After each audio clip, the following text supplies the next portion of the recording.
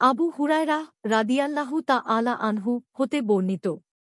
তিনি বলেন, রাসূলুল্লাহ সাল্লাল্লাহু আলাইহি ওয়াসাল্লাম বলেছেন, আল্লাহ তাআলা বলেন, আদম সন্তান আমাকে মিথ্যাবাদী বানাচ্ছে, অথচ এটা তাদের জন্য অনুচিত। সে আমায় মন্দ বলছে, অথচ এটাও তাদের পক্ষে সমীচীন নয়। আমাকে মিথ্যা বলার অর্থ হল, তারা বলে, এমনভাবে আল্লাহ আমাকে আখিরাতে অবশ্যই সৃষ্টি করতে পারবেন না, ঠিক যেভাবে আল্লাহ আমাকে প্রথম এ দুনিয়ায় সৃষ্টি করেছেন। অথচ আমার পক্ষে দ্বিতীয়বার সৃষ্টি করা প্রথমবার সৃষ্টি করার তুলনায় অধিকতর সহজ নয় কি?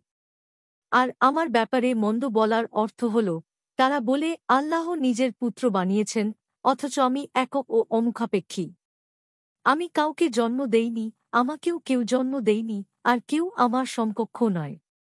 সহিহ বুখারী ৪৯৭৪, নাসাই ২০৭৮, সহিহ ইবনু হিব্বান ২৬৭।